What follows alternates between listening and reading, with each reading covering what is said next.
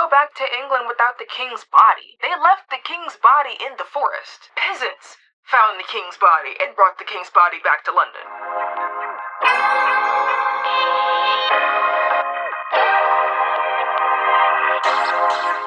What's up, guys? It's Kat. How you doing today? You ready to learn? Let's get into it. I'm no longer doing incest. I'm done with the incest. I went through my content today, which, first of all, oh my gosh, y'all really liked that last video. I went through my content and I looked at my last 3 videos that I've made, and they're all about incest. And the fact that they're about incest is literally in the title. Like, if you go to my profile right now, go to my channel right now, look at the last 3 videos I posted, incest. Incest. So we're not doing that today. I would hate for somebody to see my account and be like, oh, she looks so cool. Let's see what she last posted, like last 3. And it's just... I don't condone that. I don't do that. That's not me. That's not me. I promise. It's not me. I promise. But today we're gonna switch shit up, alright? We're gonna switch it up a little bit. So today I was thinking about William II and how he died, because it's so funny. It's also a conspiracy, and I also find that really funny. So to me, all around, it's fucking funny. And I was thinking about how, like, monarchs sometimes, like, they die of old age, you know, they die from rotting before they actually pass away. But some of them die, and it's just like, why are you dying like that? It's, like, confusing, you know what I'm saying? And so I thought about that, and I was like, I think that'd be really funny to talk about. So we're gonna talk about that today. Grab your snacks. I'm home, so obviously I'm fully equipped with my Vernors. Oh, you see it? Yeah. I am fully equipped with my Vernors. I went to school in New York for the last 4 years, and I found 2 stores that sell this drink. Like, I don't even know fluid ounce. That big is probably like $1.50 on a bad day. So it's like, okay, I'm in New York, and I'm in a mall. I see the store full of exotic food, so I go inside to see what's in there, and I see a Vernors and a Faygo in there, another Michigan drink. And so I'm like, oh my god. So I pick it up, and I'm looking at it, and I'm like, holy shit, this is so cool. So I go and I ask the cashier, I'm like, yo, how much is this? That lady says $8. You have to be snorting crack. Can you snort crack? Smoke crack. You have to be smoking crack. Smoking crack or meth. One or the two, something's being heated, you're definitely doing it. $8 for a bottle of Vernors. So the first place we're going to is Greece. I love Greece. I need to go to Greece. It's 272 BCE, and Argos is ruled by Pyrrhus of Epirus. Now, okay, wait. So his name is spelled like this, and I was like, is this Pyrrhus or is this Pyrrhus? Can I call him Pyrrhus? Pyrrhus of Epirus? Like, so this guy, he's like not a young king at all, by any means. But he's also like a warlord, so like he should reasonably be sitting down at this point, but he's like, no. Give me that motherfucking sword. He enjoys going to battle, he enjoys going out in the open field and killing people and doing all that fun shit, right? But the way that he died, low-key, I kinda have to laugh. So he got into a brawl, like a street brawl. He's out here fighting these folks, and at this point, folks don't like him, you know what I'm saying? So here he go, he's outside fighting, outside on the streets, having a good old time, punching some nigga's head in, right? This old lady, this old lady takes tile from a roof, right? Launches that bitch down, like, trying to hit him, right? But it does hit him, hits him on the head. He's like, what the fuck? And he falls off his horse. His horse is now obsessed, so he falls off his horse, cracks his spine, becomes paralyzed, and the dudes that he's fighting just stab him and he dies. It's interesting, because it's just like, you know that's your ruler, right? You can't be doing that. But they didn't like him, so she... Probably didn't think it was gonna hit him for real, and then it did, and then he fell, and then he died, and she was like, cause, well, I wouldn't even know what to do. I'd be like, oh. Fuck. Cause it's like, is she in trouble? Like, would she though? Like, legally, yeah, but like, would she get in trouble though if everybody don't like him? Like, this is what I'm talking about! Cause it's like, some deaths of monarchs, it's like, someone should have definitely gotten in trouble for this, because this was definitely not supposed to happen, but it did, and no one got in trouble, cause nobody liked that motherfucker. That person that did it just, like, disappeared. Okay? And this next one is a perfect example of it. William II of England. Prior to deep dives into, like, all the kings of England, I know shit about this guy for real. I knew his dad, and then I knew that, like, that was his dad. What did you do? But, you know, I love to learn. So I obviously learned it at some point, and when I learned about this man, first of all, bullshit. Second of all, the way he got. Run it back. It's August 2nd, 1100, the start of a brand new century, and niggas are dying. In my month of birth at that. For context, William II of England was not liked. Like, everyone loved his dad, that's why I was called William the Conqueror, like Aegon the Conqueror. William did not have the same confidence, personality, charisma, any of it as his father, and so people were just like, And at the same time, he was low-key like a bitch. And you want to talk about greed? Oh my gosh. Raising the taxes for stuff like war, I find that ridiculous, but it happens, okay. Raising the taxes so you can throw a bigger party than last time because you want to outdo yourself, you can't outdo the doer, cool. But Mary, Sarah, and Elizabeth have not eaten since 947, the year. So, and then on top of that, obviously the year is 1100. Right? When you have this king, William II of England, who never took a mistress, never showed any genuine interest in women, and never got married. Are you gay? And you can't even say, no, I'm not, because they don't believe you. So everyone around him only like respected him because of his title, but they didn't really like him for real. So on August 2nd, when he was like, I want to go on a hunt, they went on a hunt. And on hunts, I'm sure you've noticed this if you've seen any period drama ever, but if you've not, have no fear. When a king goes on a hunt, he has everybody in their ancestral tree with him. He's got himself, obviously, his friends, maybe a mistress or 7, you know, all the guards basically, courtiers, nobles, servants, you know, every dogs, like a lot of people or around him. So they go out for a hunt, yeah? And when you go out for a hunt, obviously you let the dogs go first, catch the scent, follow the dogs, right? So they're following the dogs and they're walking through the grass trying to figure out, you know, whatever, maybe it's hiding in the grass. We're gonna find it, who cares? So William, he's walking around, you know, looking for it. All of a sudden, you hear an arrow go off, you look to your left, oh my god, the king's on the ground, what the fuck happened? As the story goes, William stepped in front of a stray arrow, and it pierced him fatally, and he died on the spot. Total accident, though. No one liked him. Total accident, though. They didn't even have to put in much effort into finding out, you know, who did it, full trial, suspect, all this, that, and the third, because Walter Tyrrell, the sir himself, came out and was like, yeah, I had the arrow, and I just shot it, and he stepped in front of it, and he died. And after he gave his account, that nigga fled. Never to be seen again. You see what I'm saying? But then nothing, like, they didn't go look for him, they didn't try to find someone to punish, they just moved on. And when I say moved on, I mean they called up his little brother Henry the same day. That nigga was there 36 hours later talking about, son, where's my coronation? I'm king. And everybody loved him. You're not seeing what I'm seeing. Or maybe you are, and you're gaslighting me. I think it's that. And you know what's the cherry on top? The person that shot the king came back to England to give his account of what happened, right? Everyone was like, holy shit, the king said we have to go back, we have to go back, we have to go back. Okay, cool. Why did they go back to England without the king's body? They left the king's body in the forest. Peasants found the king's body and brought the king's body back to London. Early England? When I say early, I mean like 13th century and prior. AI. Like I said in the last video, this might just be the real AI, cause what? Okay, you killed the king. Okay, you killed the king. You leave the body in the woods? You don't even try to cover it up with nothing? Put it in the lake? Throw it on the channel? Like, you just leave it in the woods? Someone's gonna find it. And they're gonna know it's the king, cause of how he's dressed. Oh my gosh. And the story itself of what happened is already, like, you know, sketchy. The added on part of the body being left only adds fuel to the fire of accident or assassination. I'm leaning towards assassination, because what do you mean? You left the king's body in the forest after he died.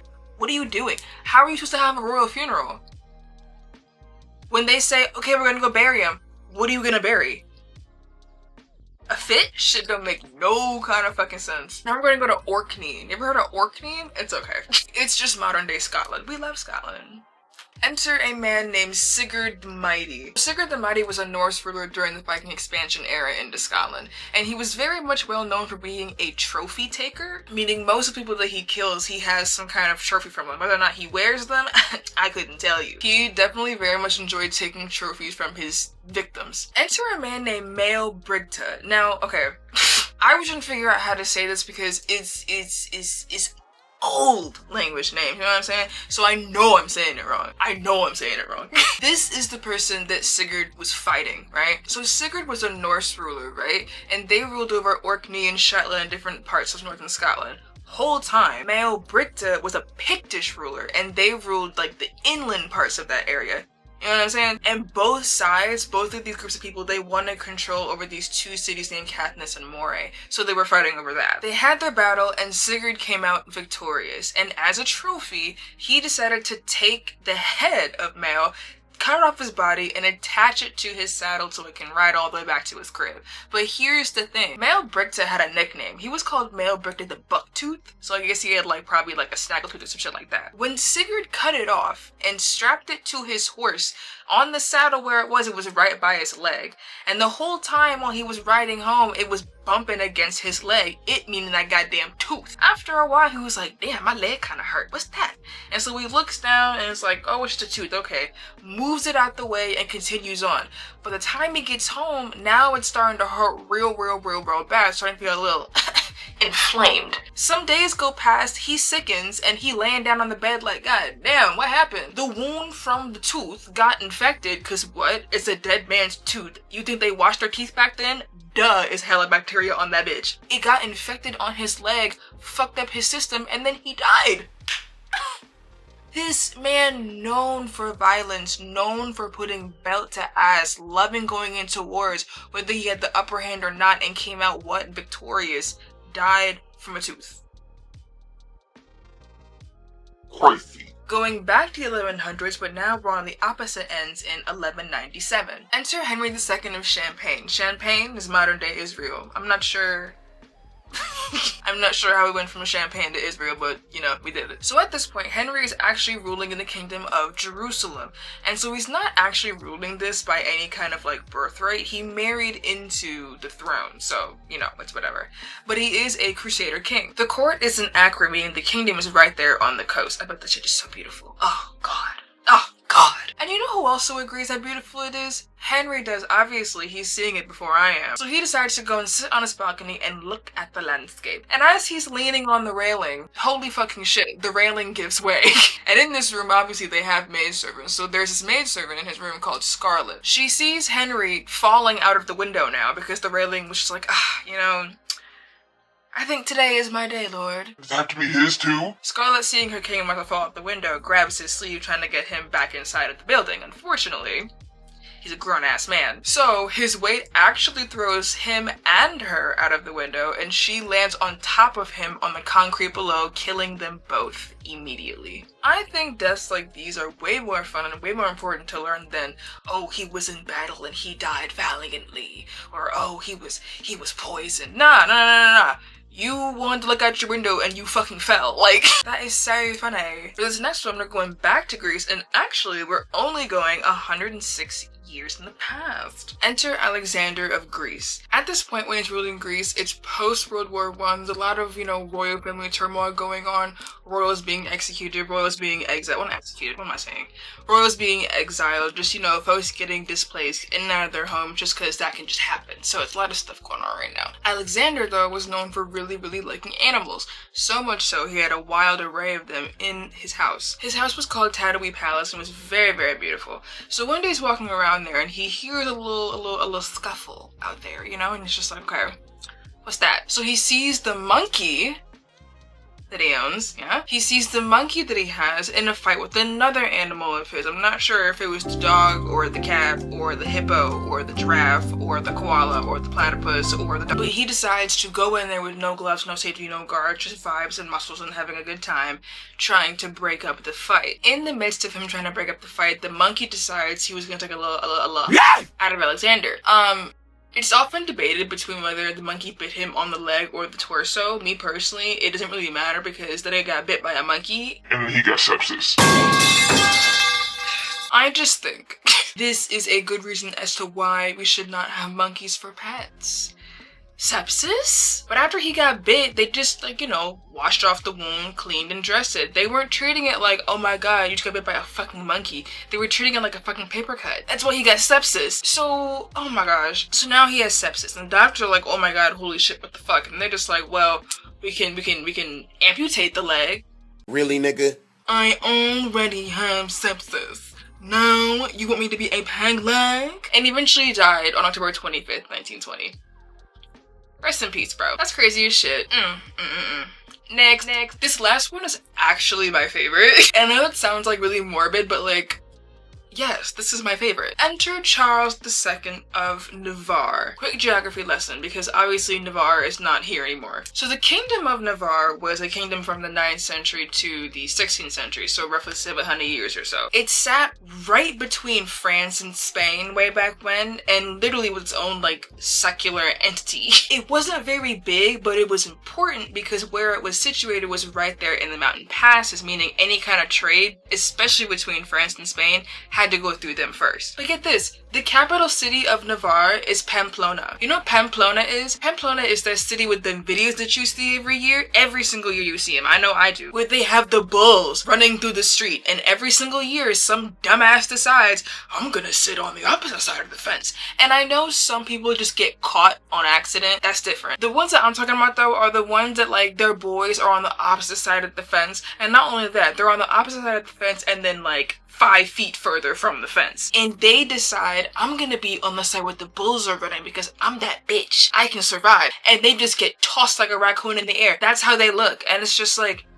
what are you doing? So this is that city. So Navarre exists today mainly as like a cultural region, less so than like its own area. So the part of Navarre that's in Spain is its own autonomous community. It's a mix of Spanish and Basque identities, so it still has stuff from way back when. And they even have special laws that date back to way back when just in that area. Officially it's called the Charter Community of Navarre, and I think I'm gonna put that on my list to go in Spain because that's cool as fuck. Lower Navarre is part of the French Basque country. It's not really autonomous like it is in Spain, but they still know their history and it's mainly just absorbed into like the political aspects of France and all that shit. So yes, but where we are right now with Charles II of Navarre, we are in actually Pamplona. This man's nickname was called Charles the Bad, and I've talked about this before. A lot of the times the rulers that are named Charles, they have the worst names in the world, and it's so funny because you have Charles the Bad, you have Charles the Fat, you have Charles the Bewitched, like goddamn. Then you got Charles in England who got beheaded. Like what the hell's going on right now with this name? And with him having this nickname, it's not hard to deduce that everyone at that court did not fucking like him. They gave him the respect he was owed because he was king, much like William. So when this man got sick, and you know, it's 1387, they still think orgasms are witchcraft now. So it's like, the medical practices are not medical practicing. So he's laying in bed and he's oh so sick, and none of the remedies they brought to him have been working. So they had the doctors go off and brainstorm something new. One, probably high off his ass off crack, doctor decides, Your Majesty, I think we should try this thing that I've just thought of. You should take strips of linen, take linen, cut it into strips, yes. Soak it in brandy, indeed, and then wrap yourself fully in it like a mummy. And then just sit, let it marinate into your skin. Do you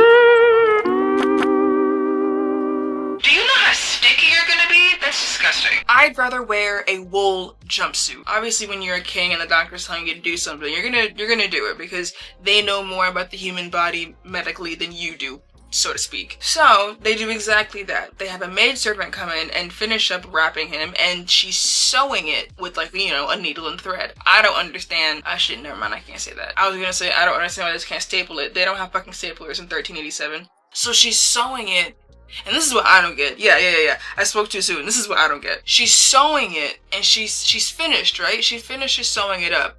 Instead of just taking like a knife and just cutting the excess thread, she decides to get a fucking candle and burn the thread. But when you burn a thread, I'm gonna assume it's not very thick, so it burns very fast. So now it's burning all the way down to the bottom of it where you're trying to finish sewing, and oh my god, the flammable substance, alcoholic beverage all over the fucking linen.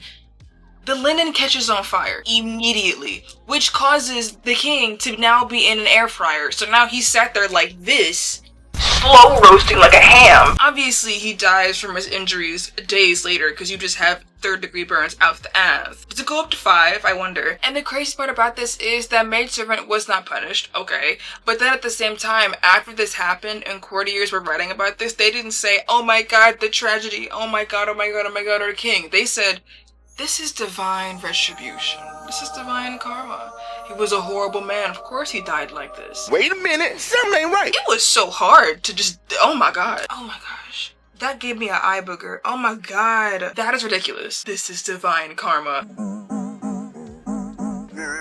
What do all these deaths teach us? Money cannot save you from dying like a Looney Tunes character. Period. They don't lose to uprisings. They don't lose to massacres. They don't lose to wars. They lose to monkey and teeth and brandy. And honestly, I really find that very humanizing. That very much humanizes them. So if you want a part 2, if y'all enjoyed this, I enjoyed making this. This is very funny. This is very, very funny. I loved remembering that brandy story because that's crazy. What are you talking about? A king died because he was wrapped in brandy-soaked linens and caught on fire? First of all, Why was he wrapped in brandy-soaked linens? what did they think that was gonna do to him? Like, was the alcohol gonna get in his system and he was gonna what? Just throw up all the illness? Medieval medicine is something that I find so interesting. But anyways, and that's all I have for you guys today. I hope you guys enjoyed this so much. Almost as much as I did, if not more. And I will catch you in the next one. Bye!